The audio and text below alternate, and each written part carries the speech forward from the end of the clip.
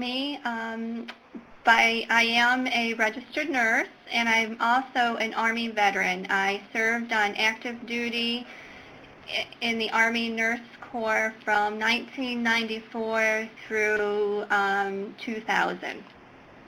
And as I was putting together this presentation, I realized that, military culture is very different for each of the services. And as I was learning about all the different cultures, it was really interesting, being that I was on active duty and I was in the Army, and I knew very little about all the other services. With that, I'll get going, and hopefully you can all see the slides. At the end of the presentation, I do provide my contact information, so if you have any questions afterwards, feel free to contact me. So the goal for today is to increase our knowledge and awareness of military culture in order to better serve our veterans and their families.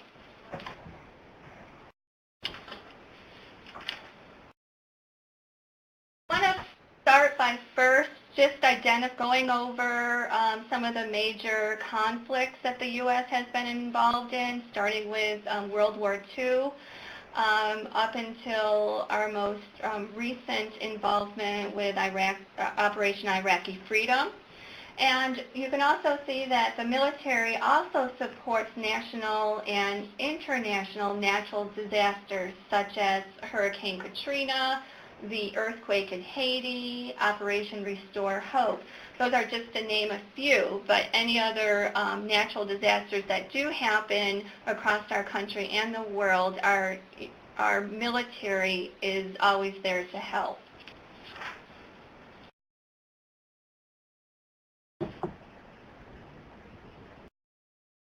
Now, when we look at the military, there are several different branches of the military. We have the Army, the Navy, the Marine Corps, the Air Force, and the Coast Guard. And over the next few slides, I'm going to talk in a little bit more detail about each of those branches. I'm first going to start with the Army. Now, the Army is the branch of the United States Armed Forces that is responsible for land-based military operations. The Army is the largest branch of the military and is also the oldest branch of the military. The Army has 7 core values which spell out the acronym leadership. L stands for loyalty. We have duty, respect, selfless service, honor, integrity, and personal courage. It's also really important to note that all members of the United States Army are referred to as soldiers. And as we go through the different branches, each of the branches refer to their particular service members as something different. So that's something really important. Somebody that is serving in the Army is not referred to as a Marine or an Airman or a Guardian. Our Army service members are referred to as soldiers. And the Army motto is, "This we will defend."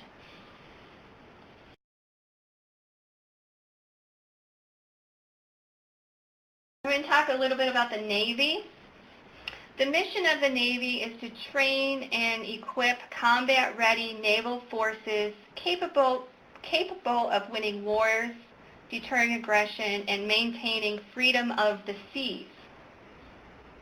The Navy is the second largest of the services. A Navy service member is referred to as a sailor. And the Navy adheres to 3 simple core values, and those core values are honor, courage, and commitment. The Navy specializes in crisis response, special operations, evacuations, humanitarian operations. Next, we have the Marine Corps. And the mission of all U.S. Marines is to, at any time, be liable to duty in the forts and garrisons of the United States on the seacoast or any other duty on shore as the President, at his direction, shall direct. It's important to refer to somebody that is serving in the Marines as a Marine. They're not soldiers, they're not airmen, they're not sailors, they're Marines. Also, important to note that Marines were the first American combat troops deployed to Vietnam and were the last to leave. The Marines also believe that there is no such thing as a former Marine. Rather, they say, once a Marine, always a Marine. And I'm sure that most of you, if not all of you, have heard that before from somebody that has served in the Marines. They're always a Marine. The Marines have 3 core values, and their core values are honor, courage, and commitment.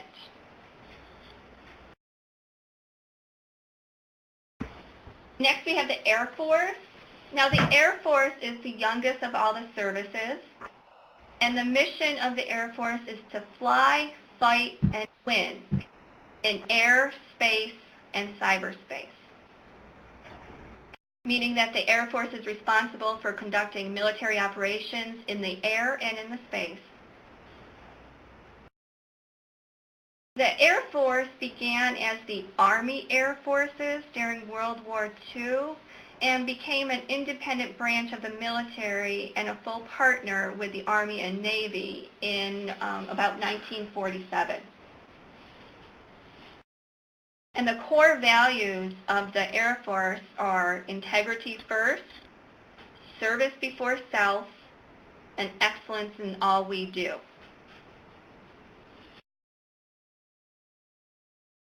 Next, we have the Coast Guard. The Coast Guard resides not underneath the Department of Defense, but resides underneath the Department of Homeland Security. Even though it falls under the Department of Homeland Security, the Coast Guard is still considered part of the military service. The Coast Guard operates with the Navy upon declaration of war or under the President's direction. The Coast Guard serves to safeguard our nation's maritime interests in the heartland, in the ports, at sea, and around the world. It's important to note, too, that members of the Coast Guard are known as guardians. And they follow 3 core values, which is honor, integrity is their standard, respect, they value their diverse workforce, and devotion to duty. They are professionals, military and civilian, who seek responsibility, accept accountability, and are committed to the successful achievement of their organizational goals.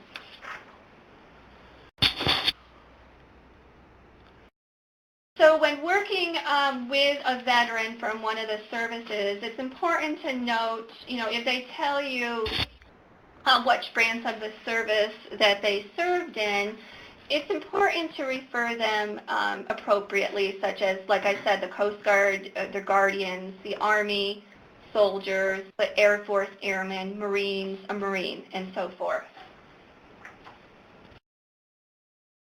There are 3 different statuses for service members. There's the active duty status, the reserve status, and the National Guard status. And I'm going to talk a little bit about the differences with them all. Now, somebody who is on active duty, they work full-time for the military. They have full-time hours, they have full-time benefits. Most likely they are on call 24/7, 365 days a year. I recall active duty, there are many times where I would leave, my workday would end about 4 o'clock, but then there would be something that would happen during the evening or the night where I will be called back to work. And that happened quite frequently, whereas it was required for us to be on call at all times.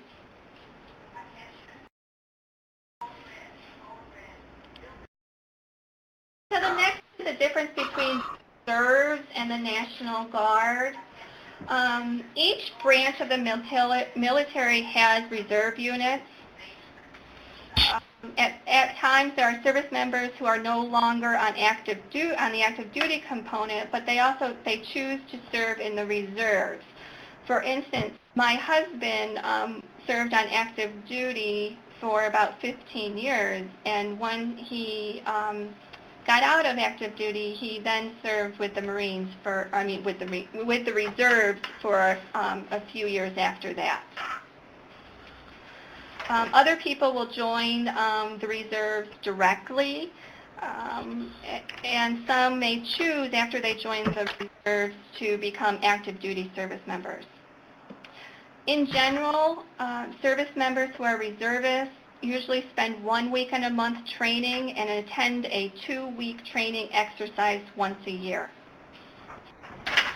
In times of war, reservists are frequently called upon to active duty, and when a reservist is activated, he or she would then be considered an active duty service member. Next, we have the National Guard. And the National Guard is made up of the Air National Guard and the Army National Guard. And they serve both the state and federal government.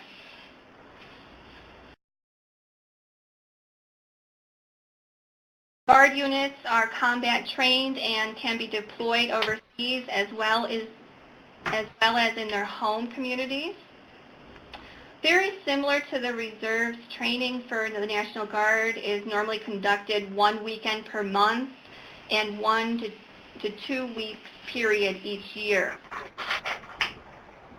Guardmen and women are often referred to as citizen soldiers. It's important to note that the National Guard falls under the command of the governor of the state in which the member serves.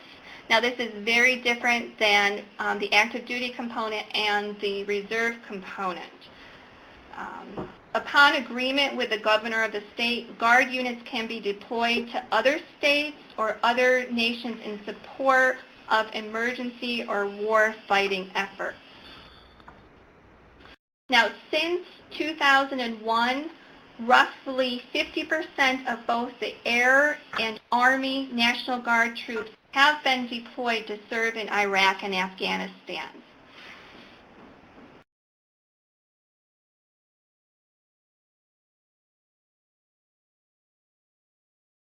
Next, I'm going to talk a little bit about the particular customs in the military.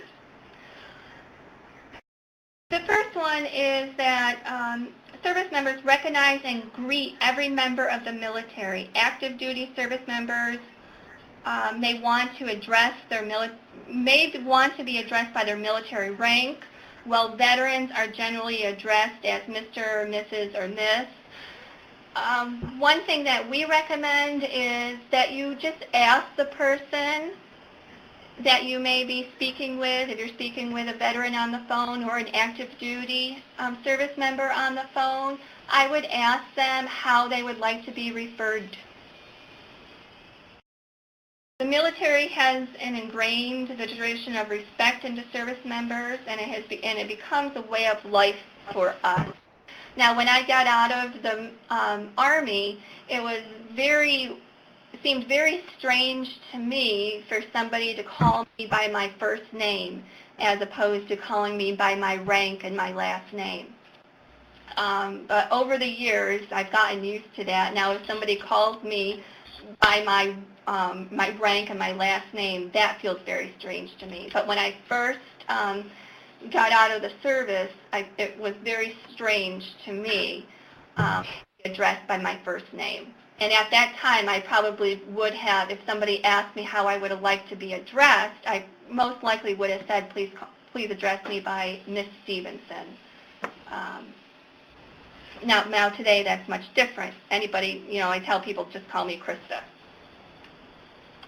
So again, it's really important to ask the individual how they would like to be addressed. Other customs that are very common in the military, one is reveille and retreat, and this is the bugle call played in the morning and at the end of the day. And it goes right along with the flag etiquette. And I'm going to go over some of the procedures when a service member shows respect to the flag and the national anthem. All personnel in uniform and outside, at 5 o'clock in the afternoon, when the flag comes down, everybody must face to the direction that the flag is and salute during the raising and lowering of the flag. So first thing in the morning when the flag goes up, and in the evening when the flag goes down, everybody, and a bugle call is conducted, everybody must stop what they're doing. If they're outside, stop what they're doing, turn, face the flag. If they're in uniform, to salute the flag, or into the direction of the flag, or in the direction of the bugle call. Anybody who is on post or base when this happens and they're driving, they must pull their vehicle over to the side of the road and get out of their vehicle and stand at attention and salute to the flag. When a service member is in civilian clothes, they must also stop what they're doing, and if they're on post or base, stop what they are doing, face the flag, and stand at attention with their right hand over their heart. So if somebody is in uniform when this happens, you stand at attention and salute the flag. If you are in civilian clothes, you stand at attention with your hand over your heart. And that tradition may seem very odd to civilians when they come on our post, because everybody will pull over to the side of the road or stop what they're doing when this happens. Many times there are parades which are conducted for change of command, retirement, graduation ceremonies, any kind of visiting dignitaries. They may come on to a military installation. Most likely there is a parade. There's also a formal change of command ceremony that happens, and this is the official passing of colors and responsibilities when there is a change in a unit commander on the military installation. One of the most recognized customs is the saluting. Lower ranking individuals are required to salute higher ranking members. Also, a salute is also rendered to the flag as a sign of respect. So anytime you are walking on an installation or anywhere, it could be off installation and you're in uniform, it is required that you salute the flag. I know that when I was in the service, every time I went into work in the morning, I had to walk past the flagpole, and I had to make sure that I saluted that flag every time I passed it.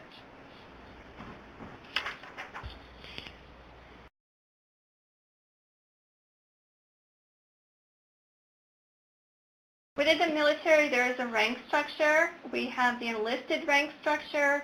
There's a warrant officer rank structure. And it's important to note, too, that there are no warrant officers in the Air Force. And then there's the officers rank structure. The enlisted ranks are for those who enter the military without going through any formal officer training programs.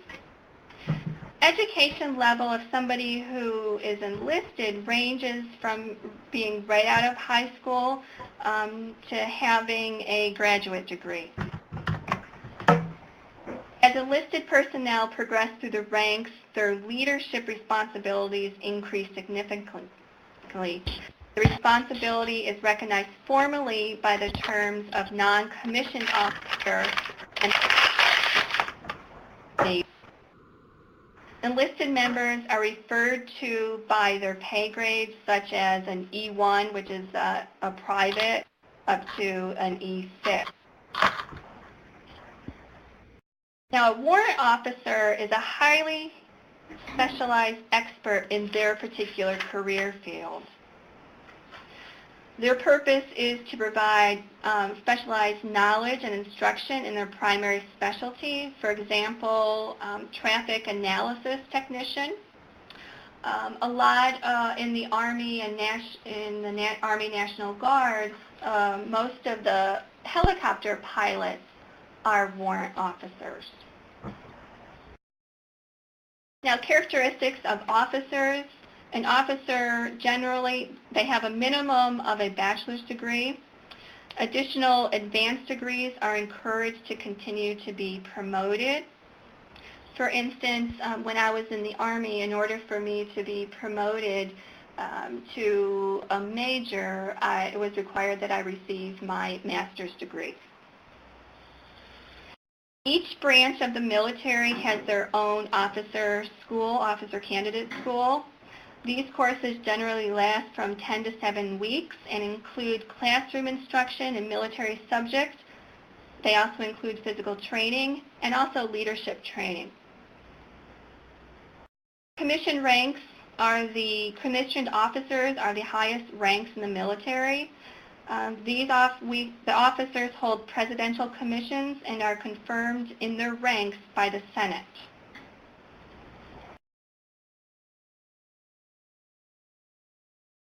Next, I'm going to talk about some of the military lingo. The military, like any specialized profession, has its own specific jargon and terminology. And as I was looking over all the common terms and acronyms for the military, I realized that I didn't know what a whole bunch of these were either. And every day I hear new acronyms, new lingo, and I just recommend to ask the person that you hear it from, what do you mean by that? Tell them, I have no idea what you mean by that term. Tell me what you mean. The common ones I'll go over. And if you'd like, I can also provide a handout to you all on the common terms and definitions.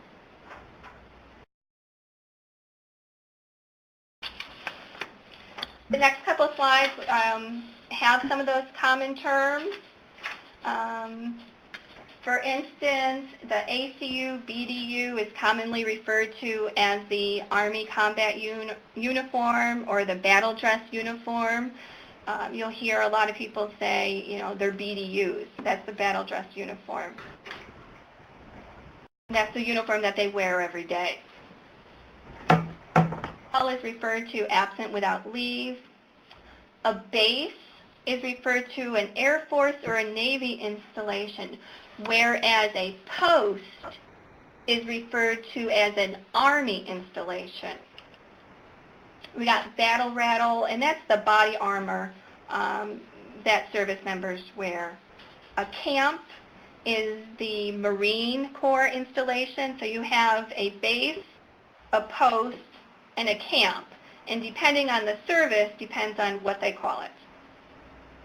We have a CO, and a CO is the commanding officer, and I missed a CHU here.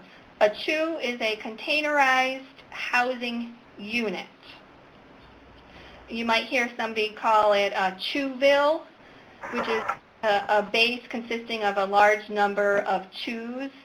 A wet CHU is a containerized housing unit that has a shower in it, therefore wet CHU. We have the COSER, which is the Combat Operational Stress Control. Downrange means that somebody is deployed. They're downrange. The EOD is an explosive ordnance disposal. FOB is the forward operating base, and this is a secured forward area that is used to support tactical operations. GWOT is Global War on Terrorism. The Humvee, this is a highly mobility, multi-purpose wheeled vehicle. That's what the Humvee stands for. Next we have the Infantry Brigade Combat Team, which is the IBCT, and an IED explosive device. And like I said, these are just the most common ones that you may hear about. Kevlar, that's typically what the helmets are made out of. It's a Kevlar material, and they are kind of heavy. Leave, when somebody is off duty and is on vacation. Medevac, a medical evacuation. MOS, this is what is referred to as a military operational specialty. This is the job or the career specialty that a service member serves in. For instance, an infantryman, their MOS is an 11 Bravo. So you might hear somebody, if you ask them what they did in the military, they might refer to themselves as being an 11 Bravo, which is an infantryman. For instance, I was a psychiatric nurse in the Army, so my MOS was a 66 Charlie or a 66C. MREs, those are the meals ready to eat. And I heard they've gotten a lot better than they were 50 years ago. OCONUS, that is outside the continental United States, whereas CONUS is continental United States. We have OPSEC, which is operational security. Outside the wire, which is off base, or outside of the forward operating base, which is the FOB, which is a secured forward area that is used to support tactical operations. Another common term is PCS, that's a permanent change of station. You might hear people say, you know, I'm PCSing next week, or they're moving to a different duty station. Or their ETS, which is they're ending their service. They're getting out of the service. They're ending it.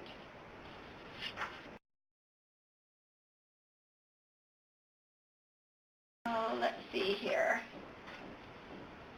We have the first sergeant. This is usually the lead enlisted person. The first sergeant is also referred to as top. In the Marines, the first sergeant is referred to as the gunny. Now the NCO, this is a non-commissioned officer, and this is usually the ranks of E6 through E9.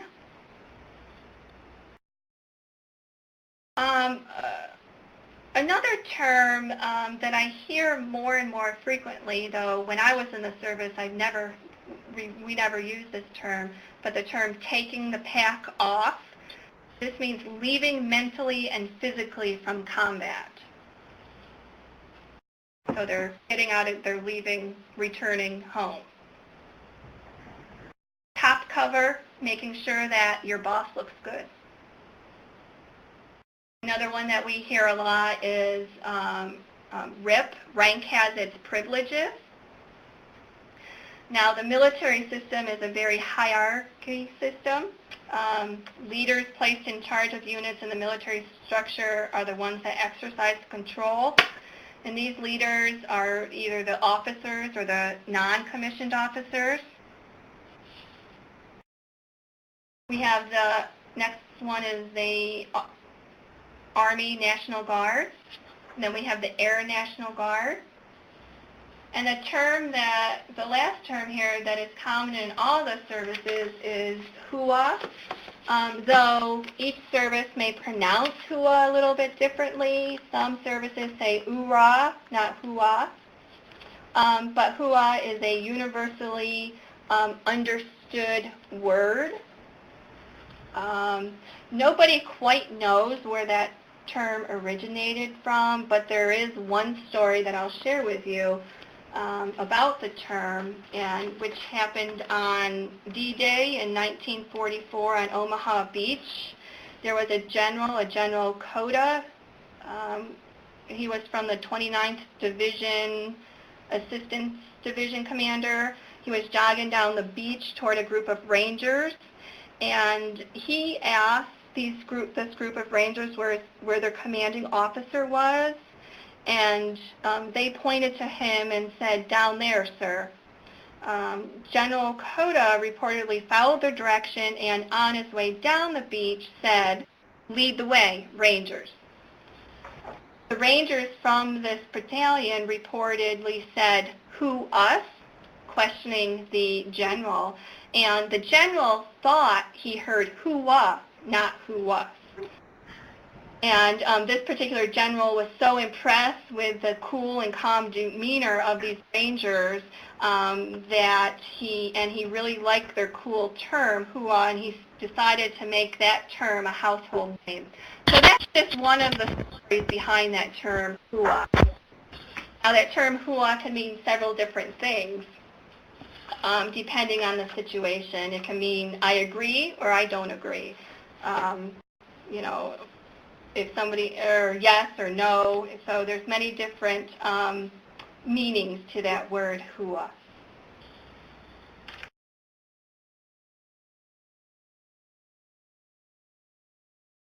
I want to talk about the warrior bond, because there really is a warrior bond. And, in order to fully understand the culture of the military, it's really understanding how the military operates. This is across all the services, which is we leave no one behind. We're there to accomplish the mission and to do whatever can be done to accomplish that mission. Never quit, and you always live with honor and integrity. And that really is that warrior bond.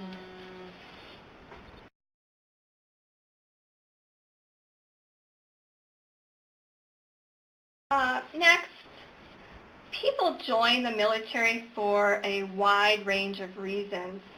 For instance, my story, I joined the military because I received this letter in the mail saying, fill out this application, join the Army, we'll pay for your education.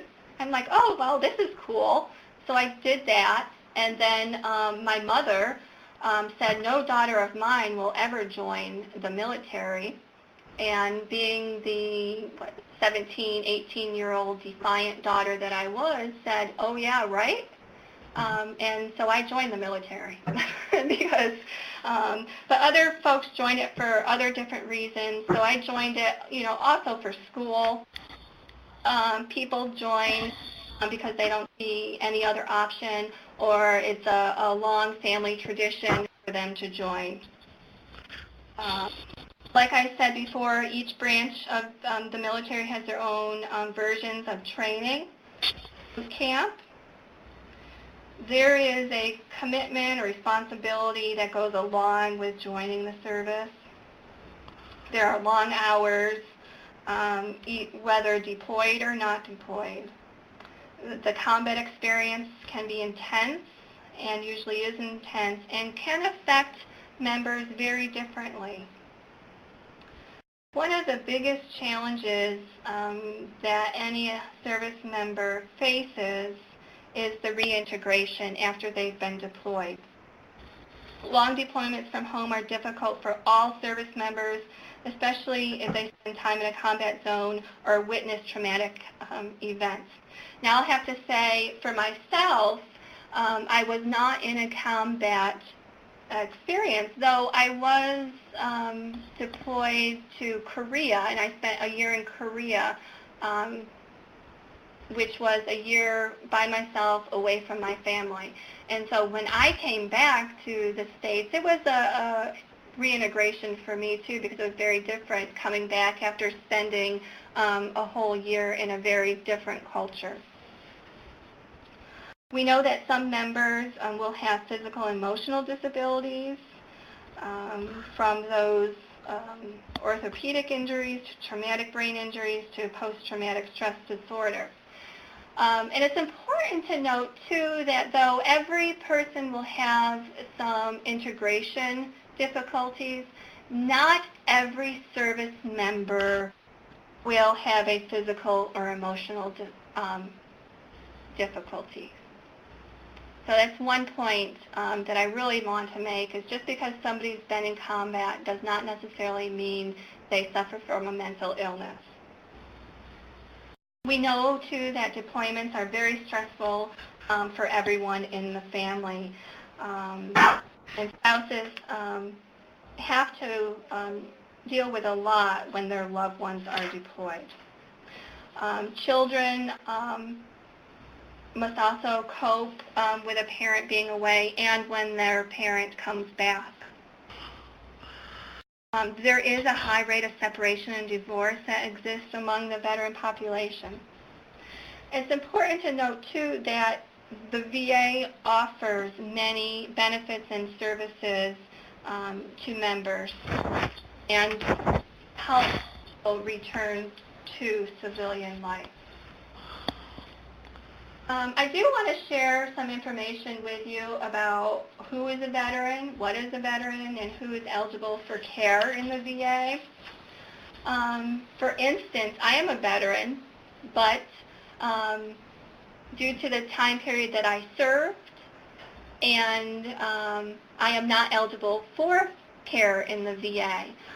Now, if it was during a time frame that made me eligible for care, or if I received an injury while serving active duty, then that may be some circumstances that make me eligible for care within the VA.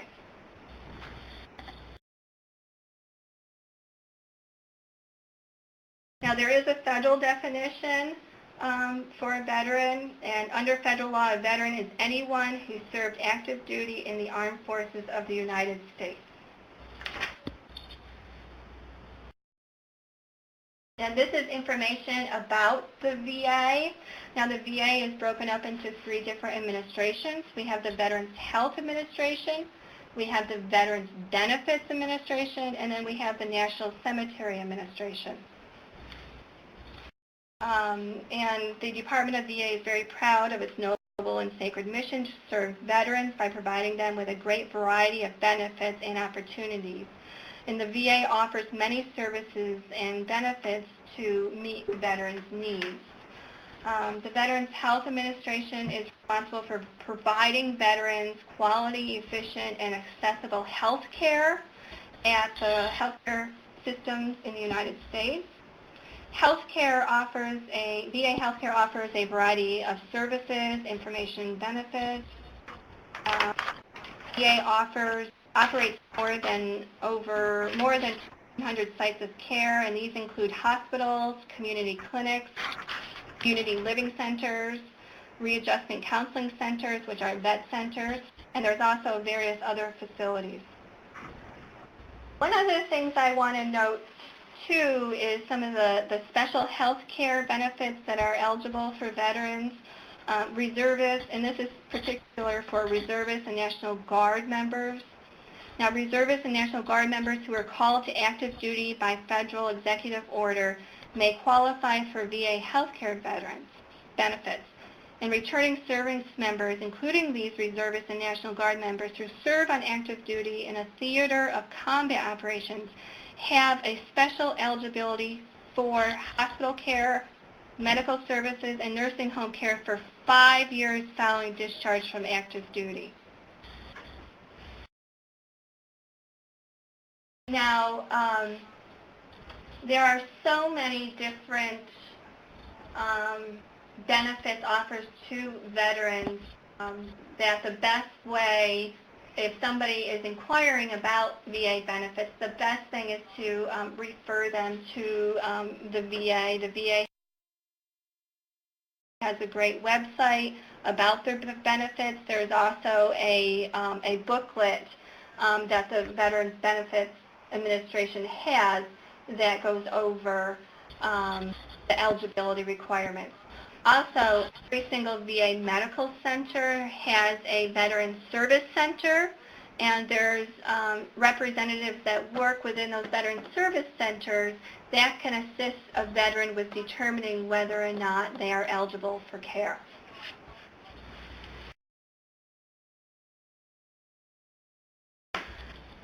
So that is a military culture, and it's just like any other culture. It's important to have a general understanding of what the culture is.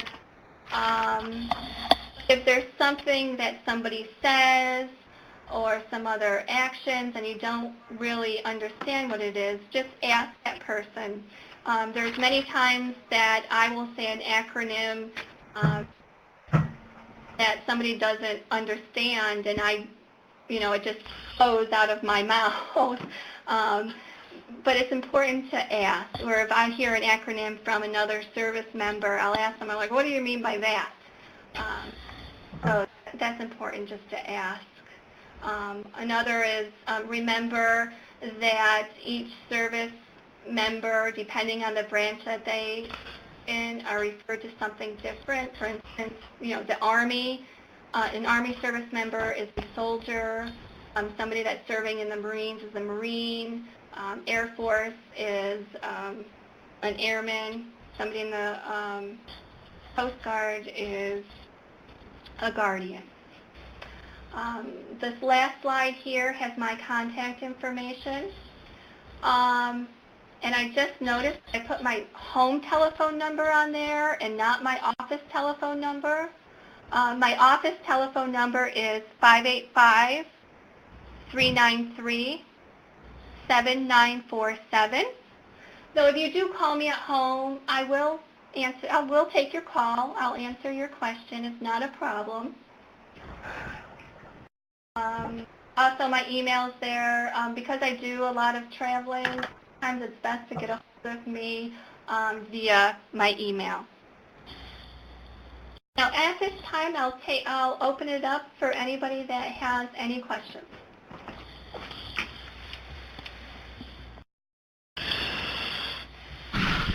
Krista. Yes. Yeah, hi. This is Juanito from LifeNet. Hi. Hi. First of all, thank you so much for putting this together, for presenting it. Thank you. Oh, it's my pleasure. Okay. I have a question about, I guess it's more about the attitude that maybe active duty members might have. So, for example, I remember I had the opportunity for a few years to work alongside a paramilitary unit, which is at the NYPD. And in general, just in working with them, there was a sense of distrust that they exhibited towards people who weren't in the NYPD. Is there something like how do members of the military, how do they respond to people who aren't in the military, who haven't been veterans? Is it pretty much the same attitude? Is it different? Oh, that's a good question. It really all depends. The best thing is not to, when you're speaking with somebody who served in the military, my recommendation is to be very open with that veteran or service member and let them know that, I haven't served in the military, so I do not know how it is. And I don't pretend to know how it is. And I think that's the most important thing. I think that members of the military or veterans may feel that distrust is when a tries to tell them how it is. That make sense? Yeah, I get, yeah. I don't know how to, I mean, because that is one of that very fine lines that I know that you all walk, and I know that our folks on the Veterans Crisis Line walk too, because they get many folks call that only want to speak with a veteran. Mm-hmm. Right, and the overall sense, I mean, what I get from our crisis counselors is that what they're getting from the people that call us, we serve as a backup for the VA crisis line, and that when they do feel the calls, there's almost a sense of, well, what do you know? Right. And I think it's, we got to let them know, too, that, I don't know what it's like to be a veteran, but we are here to help you, and, why don't you share with me what it's like for you? Do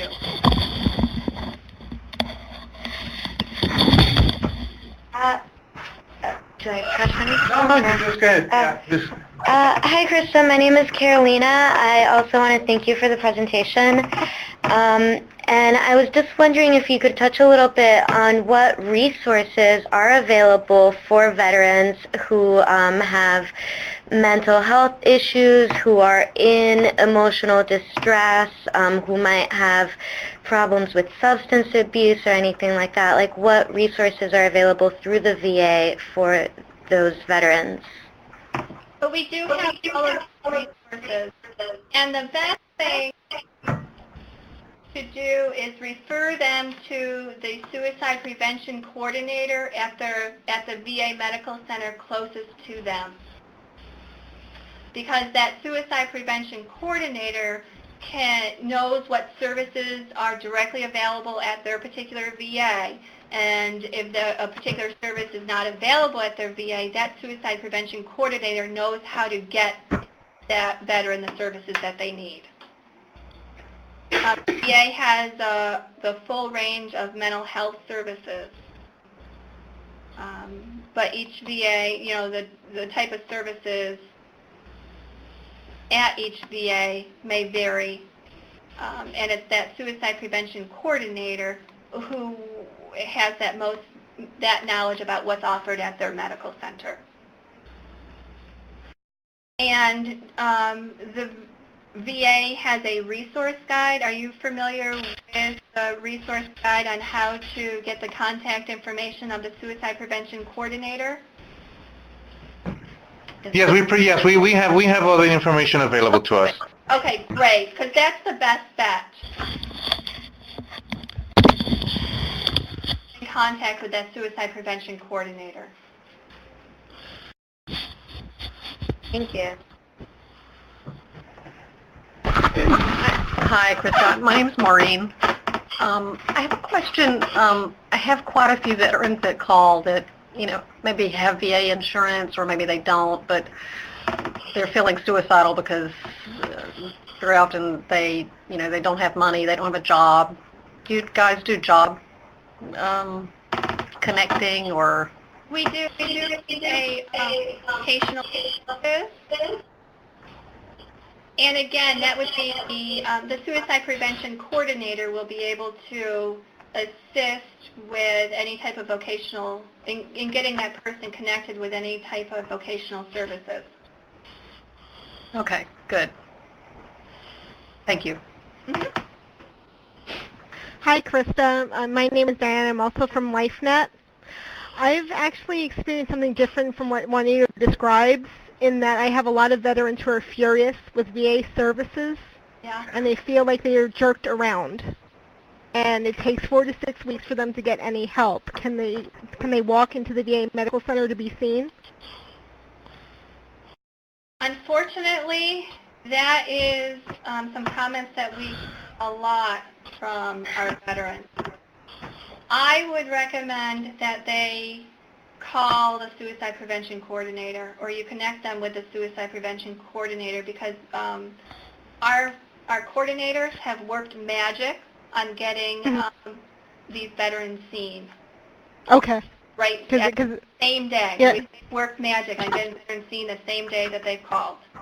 That's fantastic because my experience with the veterans I deal with and follow up has been the opposite, at least in terms of trying to get to the VA in any other way. I So know. it's good to know. Use the suicide prevention coordinators. If they can't get them in that same day, then they're on the phone with them, trying to get them connected. Okay, great. Thank you. Uh-huh. Hi, Krista. This is Jessica. Can you describe the best way to connect with the suicide prevention coordinator? Should you call them back after speaking with the caller, or? So you're asking me how to best connect with the suicide prevention coordinators? Yes. Yep. Just give them a call. Okay. Do you recommend having the caller on the phone with you, or? Either or. You can have that caller on the phone with them, or you can to call them directly, or you can give the veteran the suicide prevention coordinator's number, and they can call them. Okay, great. Uh-huh. Whatever works best for that veteran.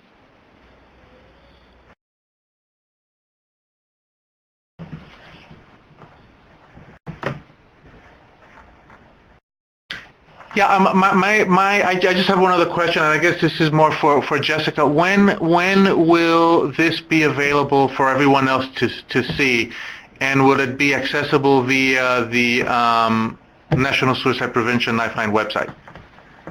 Yes.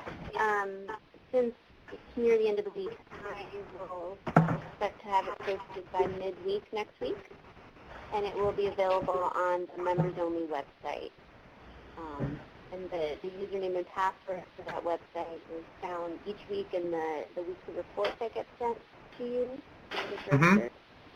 So, yes, it'll be available for viewing, and we'll also provide the PowerPoint slides. And, Krista, if you want to send any supplementary materials, that would also be great. You mentioned Okay, I'll do that.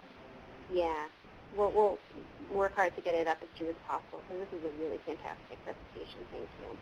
Yes, and you know, I'm also available if you want me to do this presentation again at another date and time. You just let me contact me, and I'll be happy to give the presentation again. Wonderful, thank you. Yeah, and I understand that, you know, we're a 24/7 operation, and I don't mind coming in on off tours too. So.